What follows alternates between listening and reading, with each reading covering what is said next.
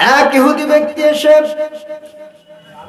বিশ্বনবী জনাব মুহাম্মদুর রাসূলুল্লাহ সাল্লাল্লাহু আলাইহি ওয়াসাল্লাম কে ডাকে বললেন, ইয়া রাসূলুল্লাহ, ইয়া হাবিবাল্লাহ, আমি ইহুদি, আপনাকে তিনটা প্রশ্ন করব। আপনি যদি এই তিনটা প্রশ্নের উত্তর দিতে পারেন তাহলে আমি এখানে কালিমা পড়ে মুসলমান হয়ে যাব। কয়টা প্রশ্ন? কথা বলেন, কয়টা প্রশ্ন?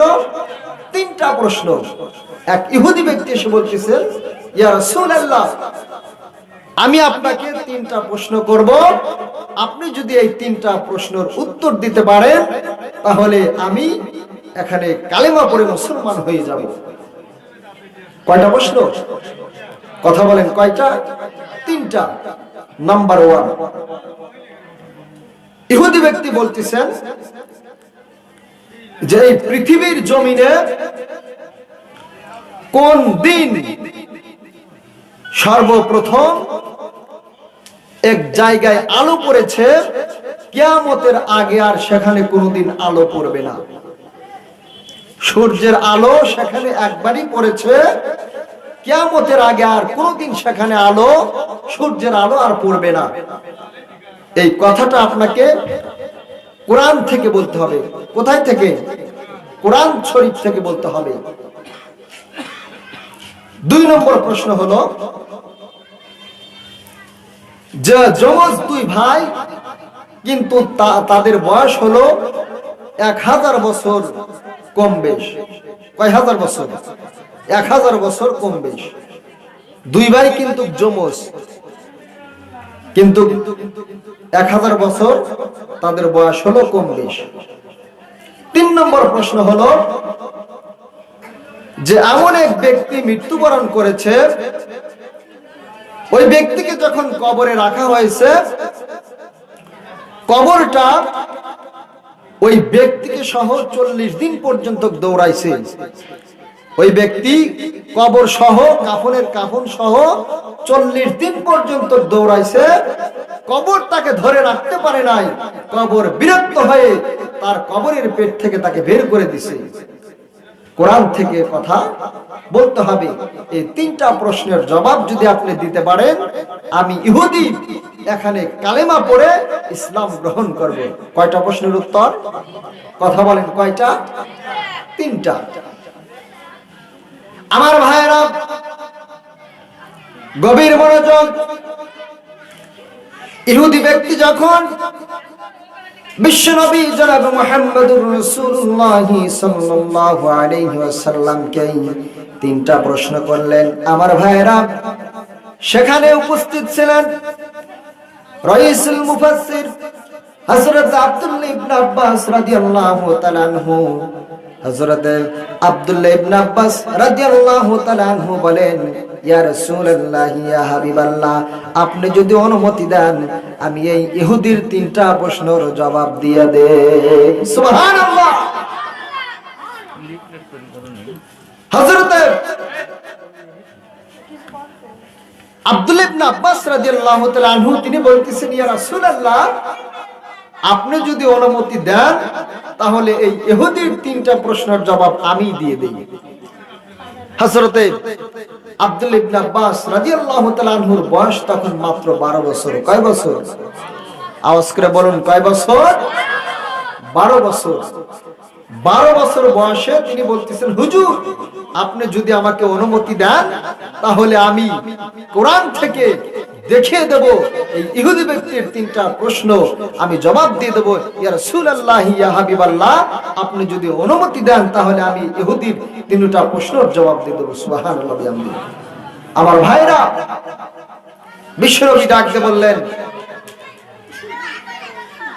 যে তুমি মুসলমানের বাচ্চা, তুমি প্রমাণ করে দাও যে মুসলমানের বাচ্চারা কোরআন থেকে কখনো পিছপা হয় না। আমার ভাইরা, তখন রাইসুল মুফাসসির হযরত আব্দুল্লাহ ইবনে আব্বাস রাদিয়াল্লাহু তাআলা আনহু তখন এই ইহুদির প্রথম নম্বর প্রশ্নের জবাব দেওয়ার জন্য প্রস্তুতি। কয়টা প্রশ্ন ছিল? কথা বলেন কয়টা? তিনটা।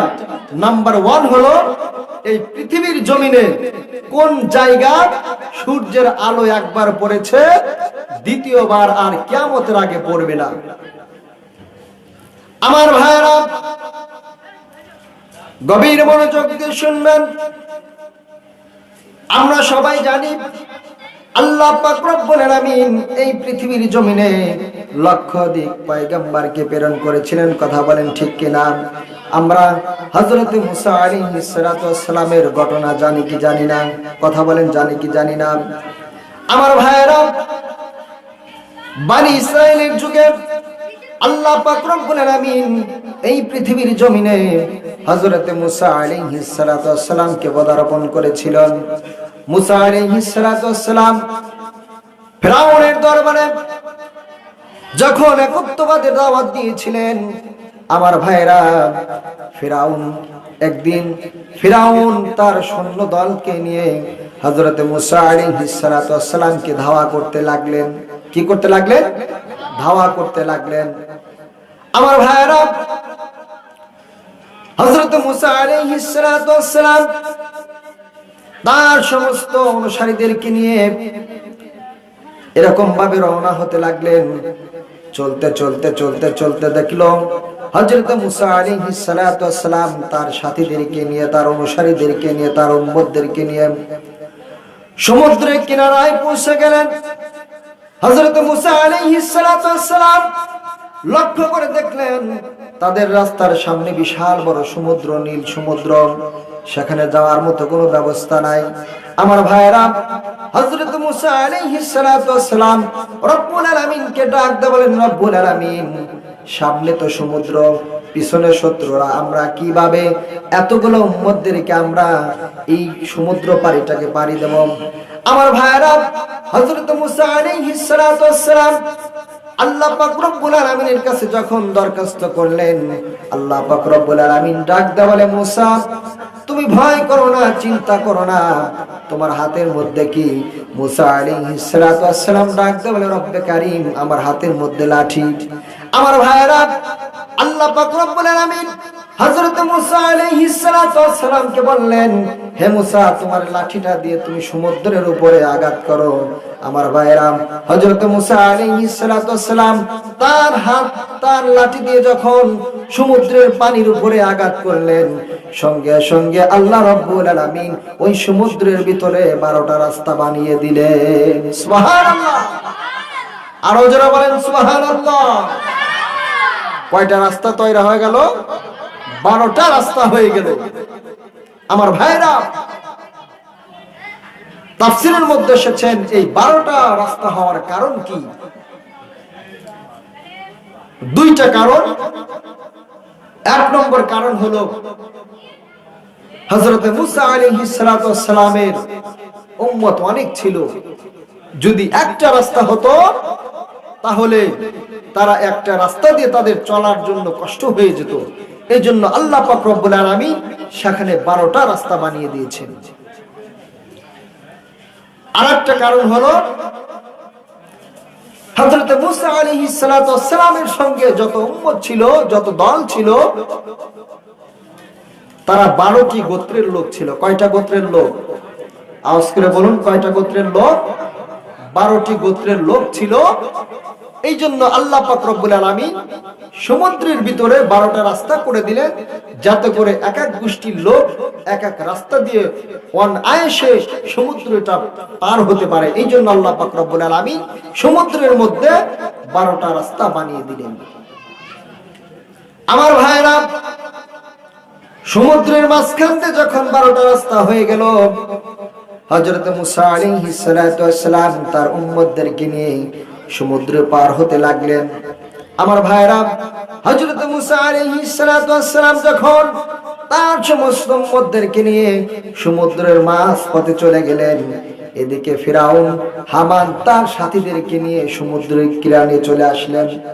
মুসা আলাইহিস সালাতু ওয়াস সালাম যখন সমুদ্রের মাঝখানে, তখন ফিরাউন এবং হামান তার সমস্ত সৈন্যদেরকে নিয়ে, দলদেরকে নিয়ে সমুদ্রের কিনারে চলে আসলেন।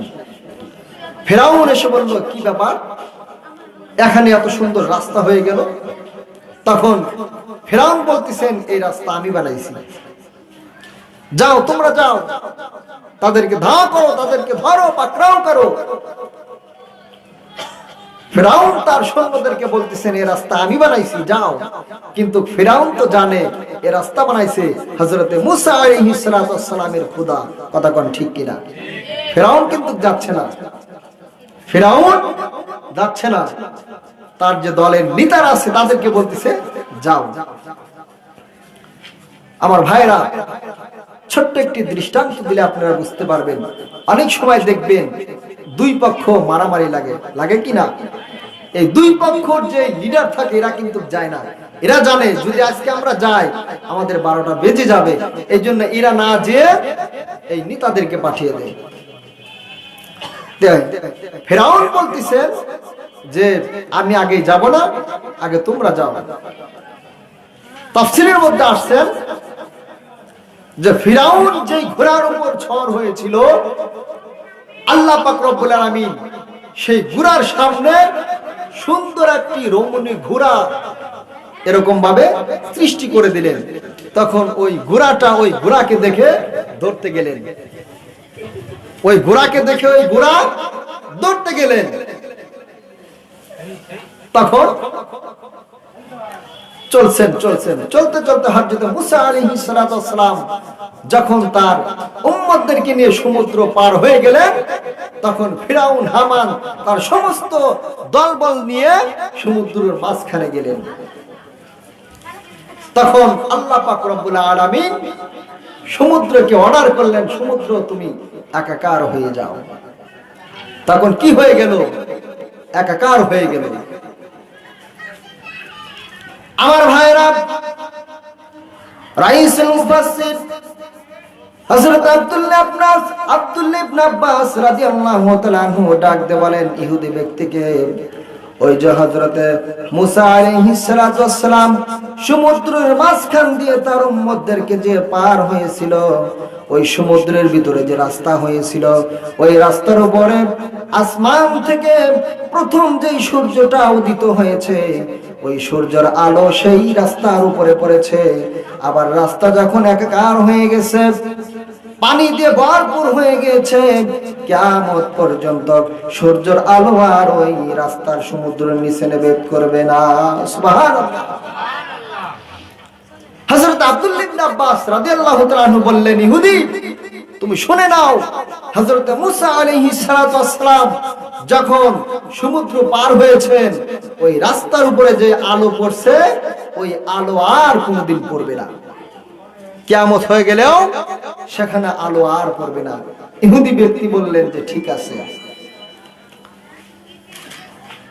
আপনার কথা ঠিক আছে। হযরত আব্দুল্লাহ ইবনে আব্বাস রাদিয়াল্লাহু তাআলা আনহু তিনি কোরআনের ভিতর থেকেই এই কথা শুনিয়ে দিলেন। আমার ভাইরা, 2 নম্বর হলো ইহুদি ব্যক্তি বিশ্বনবী জনাবে মুহাম্মদুর রাসূলুল্লাহ সাল্লাল্লাহু আলাইহি ওয়াসাল্লামকে বললেন, ইয়া রাসূলুল্লাহ, এমন 2 ব্যক্তি যারা যমজ কিন্তু তাদের 1000 বছর তাদের বয়সটা হবে কম বেশ। আমার ভাইরা, হযরত আব্দুল্লাহ ইবনে আব্বাস রাদিয়াল্লাহু তাআলা আনহু তিনি ইহুদি ব্যক্তিকে ডাক দিয়ে বলে, শুনে নাও, আল্লাহ পাক রব্বুল আলামিন এই পৃথিবীর জমিনে অসংখ্য নবী এবং রাসূলকে প্রেরণ করেছিলেন। আল্লাহ পাক রব্বুল আলামিন এই পৃথিবীর জমিনে হযরত উযাইর আলাইহিস সালাতু ওয়াস সালাম নামে একজন পয়গম্বরকে প্রেরণ করেছিলেন। আমার ভাইরা, হযরত উযাইর আলাইহিস সালাতু ওয়াস সালাম তিনি একবার একটি জায়গা দিয়ে অতিক্রম করতেছিলেন। হযরত উযাইর আলাইহিস সালাতু ওয়াস সালাম লক্ষ্য করে দেখেন এখানে ভূমিকম্প হয়ে সমস্ত বিল্ডিং গুলো উলটপালট হয়ে গেছে। হযরত উযাইর আলাইহিস সালাতু ওয়াস সালাম চিন্তায় পড়ে গেলেন। আমার ভাইরা, সেই বিল্ডিং গুলো এমন ভাবে ধসে গিয়েছিল যে বিল্ডিং গুলোর আগে ছাদ পড়েছে, পরে খুঁটিগুলো পড়েছে। সাধারণত আমাদের দেশে যদি ভূমিকম্প হয় আমরা দেখতে পাই যে আগে বিল্ডিং এর খুঁটিগুলো পড়ে, তারপরে ছাদ পড়ে। কতক্ষণ ঠিক কিনা? আগে বিল্ডিং এর যে খুঁটিগুলো আছে, ঘরের যে খামগুলি আছে সেগুলো পড়বে, তারপরে ছাদ পড়বে। এটাই তো নিয়ম নাকি? কিন্তু হযরত উযাইর আলাইহিস সালাতু ওয়াস সালাম তিনি লক্ষ্য করে দেখলেন যে ওই বিল্ডিং এর আগে ছাদগুলো পড়ছে, তারপরে সেই ছাদের উপরে খুঁটিগুলো পড়ছে। হযরত উযাইর আলাইহিস সালাতু ওয়াস সালাম আল্লাহ পাক রব্বুল আলামিনের কাছে আরজ করলেন, ইয়া রাসূল, আল্লাহ পাক রব্বুল আলামিনের কাছে আরজ করলেন, রব্বুল আলামিন, এই যে এখানে কতগুলো মানুষ, কতগুলো জনপদকে আপনি ধূলিসাৎ করে দিয়েছেন, এগুলোকে আপনি কিভাবে আবার জীবিত করবেন? আপনি যদি এটা আমাকে দেখাইতেন তাহলে আমার কলবের মধ্যে, আমার দিলের মধ্যে একটু প্রশান্তি পেতাম। আমার ভাইরা, আল্লাহ পাক রব্বুল আলামিন হযরত উযাইর আলাইহিস সালাতু ওয়াস সালামকে বলেন, উযাইর, আমি যে আবার এগুলিকে আবার পুনরুত্থান করব, আবার উঠাবো, আবার জীবিত করব, তোমার কি বিশ্বাস হয় না? হযরত উযাইর আলাইহিস সালাতু ওয়াস সালাম বলেন, আমার অবশ্যই বিশ্বাস হয়, কিন্তু আমি যদি এটাকে স্বচক্ষে দেখি তাহলে আমার অন্তরের মধ্যে একটু প্রশান্তি পাবো। আমার ভাইরা, গভীর মনোযোগ। আল্লাহ পাক রব্বুল আলামিন হযরত উযাইর আলাইহিস সালাতু ওয়াস সালামের কানের মধ্যে গম পাড়িয়ে দিলেন, চোখের মধ্যে গম জাগিয়ে দিলেন। আমার ভাইরা প্রশ্ন করতে পারেন, হুজুর, মানুষের গম তো চোখে আসে, কানের মধ্যে বললেন কেন? আমার ভাইরা, মানুষের গম সর্বপ্রথম কানের মধ্যে আসে, তারপরে চোখের মধ্যে আসে। কারণ হলো, অনেক সময় দেখবেন চোখ বন্ধ আছে কিন্তু কান সজাগ আছে, অনেক কিছুর আওয়াজের কারণে কিন্তু আমাদের চোখে ঘুম আসে না। কথা কোন ঠিক কিনা?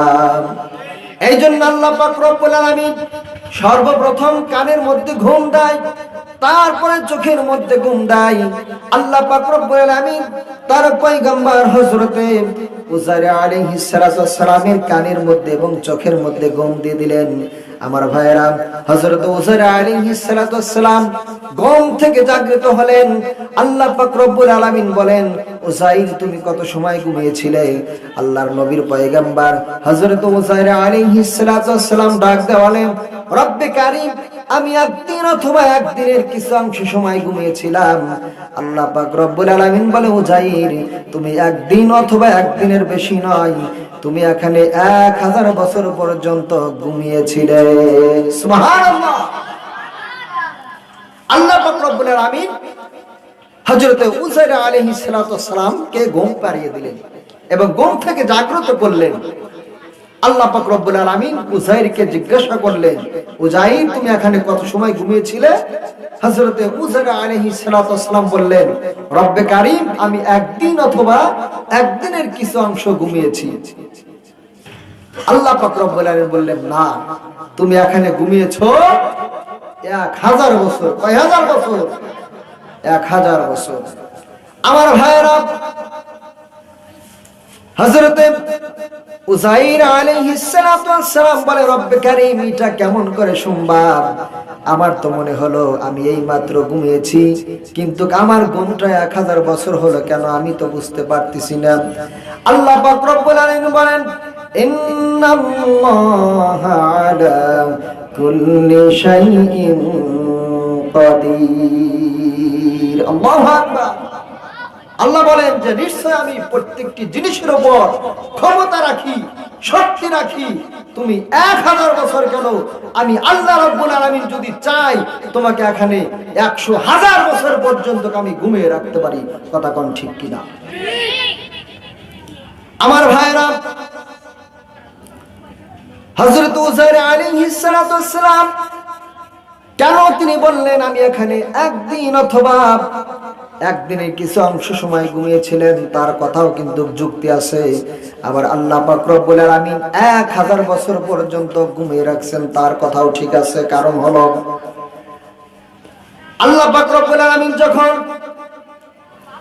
হযরত উযাইর আলাইহিস সালাতু ওয়াস সালামকে বললেন যে তুমি এখানে 1000 বছর পর্যন্ত ঘুমিয়েছিলে, হযরত উযাইর আলাইহিস সালাতু ওয়াস সালাম যখন বললেন কিভাবে, এটা কিভাবে সম্ভব, তখন আল্লাহ পাক রব্বুল আলামিন বললেন উযাইর, তোমার যেই যানবাহন ছিল, তোমার যে সওয়ারি ছিল গাধা ঘোড়া, তুমি তোমার গাধার দিকে লক্ষ্য করে দেখো, তোমার গাধাটা মরে পচে গলে হাড়গুলো মাটির সঙ্গে মিশে একাকার হয়ে গেছে। আবার তুমি তোমার খাবারের সেই তপিলের দিকে, থলের দিকে তাকাও, তোমার খাবারের থলের ভিতরে যে তোমার আঙ্গুর এবং পানি ছিল, সেগুলো কিন্তু এখনো পর্যন্ত বিদ্যমান আছে। সুবহানাল্লাহ।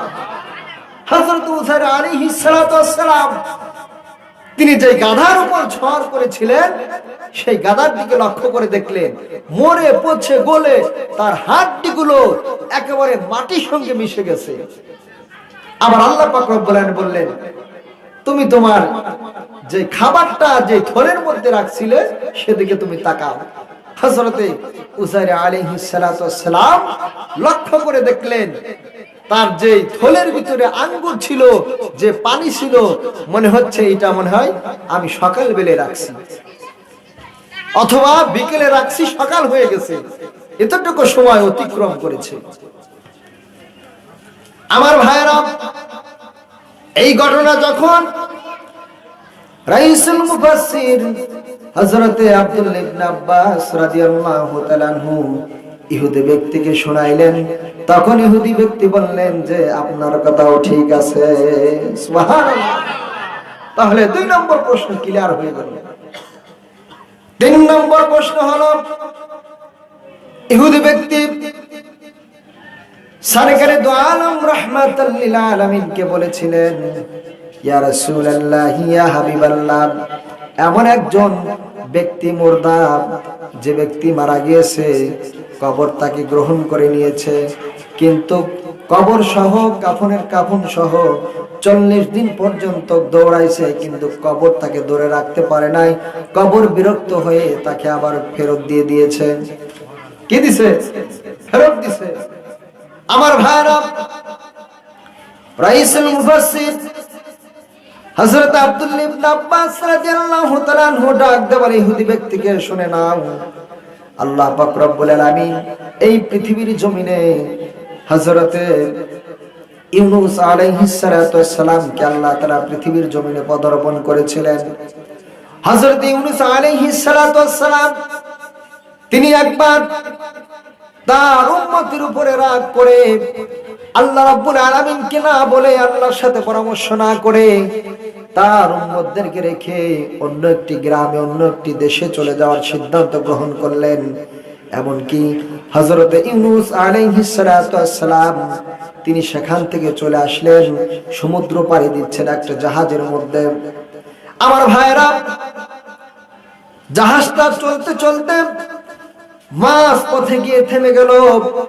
জাহাজের মধ্যে যে নাবিক ছিল, সেই নাবিক বলল, এই জাহাজের মধ্যে এমন একটি লোক আছে, যে লোকটি তার মনিবকে না বলে তার দেশ থেকে চলে এসেছে। ওই ব্যক্তিকে যতক্ষণ পর্যন্ত এই জাহাজের ভিতর থেকে নামানো না হবে, তত সময় পর্যন্ত এই জাহাজ সমুদ্র দিয়ে চলবে না। লিল্লাহে তাকবীর, লিল্লাহে তাকবীর, নারায়ে তাকবীর। দ্বিতীয় বক্তার আগমন, শুভেচ্ছায় স্বাগতম। সম্মানিত হাজিরিন, আমি আমার কথাকে দীর্ঘায়িত করব না, শুধু এই কথাটা বলেই আমি শেষ করতে চাই। সেটা হলো, হযরত ইউনূস আলাইহিস সালাতু ওয়াস সালামকে তখন সেই জাহাজ থেকে নামিয়ে দেওয়া হলো। সমুদ্র যখন তাকে নামিয়ে দেওয়া হলো, তখন আল্লাহ পাক রব্বুল আলামিনের হুকুমে একটি মাছ তাকে গিলে ফেললেন। আমার ভাইরা, মাছটি যখন হযরত ইউনূস আলাইহিস সালাতু ওয়াস সালামকে গিলে ফেললেন। হযরত ইউনূস আলাইহিস সালাতু ওয়াস সালাম সেই মাছের পেটের ভিতরে দীর্ঘ 40 দিন পর্যন্ত ছিলেন। সুবহানাল্লাহ। কতদিন পর্যন্ত ছিলেন? 40 দিন পর্যন্ত। আল্লাহ পাক রব্বুল আলামিন হযরত ইউনূস আলাইহিস সালাতু ওয়াস সালামকে মাছের পেটের মধ্যে এমন ভাবে সংরক্ষণ করে রেখে দিয়েছিলেন, তিনি হযরত ইউনূস আলাইহিস সালাতু ওয়াস সালাম মাছের পেটের ভিতর থেকে সারা দুনিয়ার সব কিছু দেখতে পারতেন। সুবহানাল্লাহ। তিনি দেখতে পারতেন এবং শুনতে পারতেন। আমার ভাইরা, এই 40 দিনের মধ্যে একদিন হযরত ইউনূস আলাইহিস সালাতু ওয়াস সালাম মাছের পেটের ভিতর থেকে লক্ষ্য করলেন তার কাছে যেন কে যেন একটি ব্যক্তি এসেছে। হযরত ইউনূস আলাইহিস সালাতু ওয়াস সালাম লক্ষ্য করে দেখলেন আমার কাছে রব্বে কারীমের পক্ষ থেকে হযরত জিবরাইল আলাইহিস সালাতু ওয়াস সালাম আগমন করেছেন। আমার ভাইরা, হযরত জিবরাইল আলাইহিস সালাতু ওয়াস সালাম হযরত ইউনূস আলাইহিস সালাতু ওয়াস সালামের সঙ্গে কথা বলতেছেন। কথা বলতে বলতে হযরত ইউনূস আলাইহিস সালাতু ওয়াস সালাম লক্ষ্য করে দেখেন সেই সমুদ্রের গভীরের ভিতর থেকে কারা যেন শব্দ করতেছেন। মনে হচ্ছে একটা পাথর আর একটা পাথরের সঙ্গে আঘাত লাগতেছে, অনেক শব্দ হচ্ছে। আমার ভাইরা, হযরত ইউনূস আলাইহিস সালাতু ওয়াস সালাম হযরত জিবরাইল আলাইহিস সালাতু ওয়াস সালামকে ডাক দিয়ে বলেন, ভাই জিবরাইল, এই গভীর সমুদ্রের ভিতরে এত আওয়াজ কোথা থেকে আসে? আমার ভাইরা, হযরত জিবরাইল আলাইহিস সালাতু ওয়াস সালাম আল্লাহর পয়গম্বর হযরত ইউনূস আলাইহিস সালাতু ওয়াস সালামকে ডাক দিয়ে বলেন, এই সমুদ্রের ভিতরে সমুদ্রের তলদেশে অনেক পাথরগুলি আছে। এক একটা পাথর মহান আল্লাহ রাব্বুল আলামিনের জিকিরের মধ্যে মশগুল আছে। সুবহানাল্লাহ। এক একটা পাথর আল্লাহর জিকির করতেছেন, সেই জিকিরের শব্দ তোমার কানে আসতেছে। আমার ভাইরা, হযরত ইউনূস আলাইহিস সালাতু ওয়াস সালাম যখন জিবরাইলের কাছে কথা শুনলেন, ইউনূস আলাইহিস সালাম তখন বললেন, লা ইলাহা ইল্লা আনতা সুবহানাকা ইন্নী কুনতু মিনাজ জালিমিন। আল্লাহ পাক রব্বুল আলামিন তখন হযরত ইউনূস আলাইহিস সালাতু ওয়াস সালামকে মাছের পেটের ভিতর থেকে মুক্তি দান করলেন। সুবহানাল্লাহ বিহামদিহি। মাছকে অর্ডার করলেন যে তুমি আমার পয়গম্বরকে আবার পৃথিবীর জমিনে আবার ফেরত দিয়ে দাও। তখন মাছ সমুদ্রের তলদেশ থেকে উপরে উঠিয়ে ডাঙায় এসে হযরত ইউনূস আলাইহিস সালাতু ওয়াস সালামকে তার পেটের ভিতর থেকে বের করে দিলেন। সুবহানাল্লাহ বিহামদিহি। রাইসুল মুফাসসির হযরত আব্দুল্লাহ ইবনে আব্বাস রাদিয়াল্লাহু তাআলা আনহু ইহুদি ব্যক্তিকে ডাক দিয়ে বললেন যে হযরত ইউনূস আলাইহিস সালাম হলেন মুর্দা লাশ আর মাছ হলো কবর। হযরত ইউনূস আলাইহিস সালাম হলেন মুর্দা লাশ আর মাছ হলো কবর। কারণ একজন ব্যক্তিকে যখন একটি পানির নিচে রাখা হবে তখন ওই ব্যক্তি দুনিয়ার কোনো খবর রাখতে পারে না, সেটা কবরের হুকুম হয়ে যায়। তখন ইউনূস আলাইহিস সালামকে আল্লাহ পাক রব্বুল আলামিন সেই মাছের পেটের ভিতর থেকে বের করে দিলেন। তখন ইহুদি ব্যক্তি বললেন যে আপনার কথা ঠিক আছে। তখন ইহুদি ব্যক্তি বললেন, ইয়া রাসূলুল্লাহ, ইয়া হাবিবাল্লাহ, আমাকে কালেমা পড়ে মুসলমান বানিয়ে দেন।